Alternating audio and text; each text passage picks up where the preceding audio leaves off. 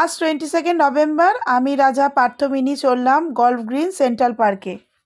ওখানে national art and cultural festival হচ্ছে, চলবে 24 ডিসেম্বর অবধি। কেরল অ্যান্ড রাজস্থান থেকেও এসেছে।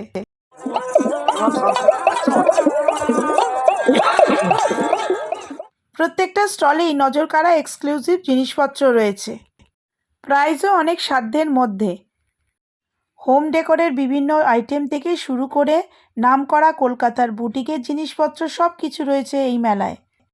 ঘুরতে এসছি আর খাওয়া দাওয়া হবে না সে তো হতে পারে না। আমরা রাজস্থানের স্টল থেকে কিছু খাবার ট্রাই করলাম।